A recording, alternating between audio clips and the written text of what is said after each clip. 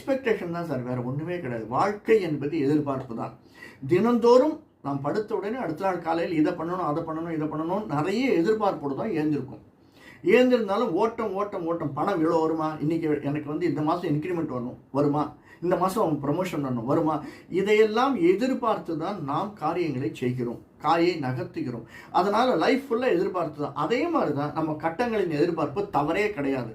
ஆனால் அதில் நல்லது வந்தாலும் கெட்டது வந்தாலும் ஏற்றுக்கொள்ளக்கூடிய மனோபாவம் நமக்கு கட்டாயம் வேண்டும்.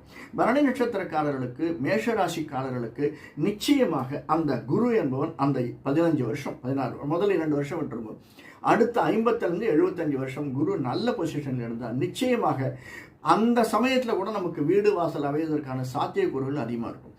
சில பேருக்கு 40 வருஷமா ஏதாவது கேஸ் போயிட்டு இருக்கும் சார். அந்த மாதிரி கேஸ் இருவர்களுக்கு இந்த ராகு திசை முடிஞ்ச உடனே, குரு வந்த உடனே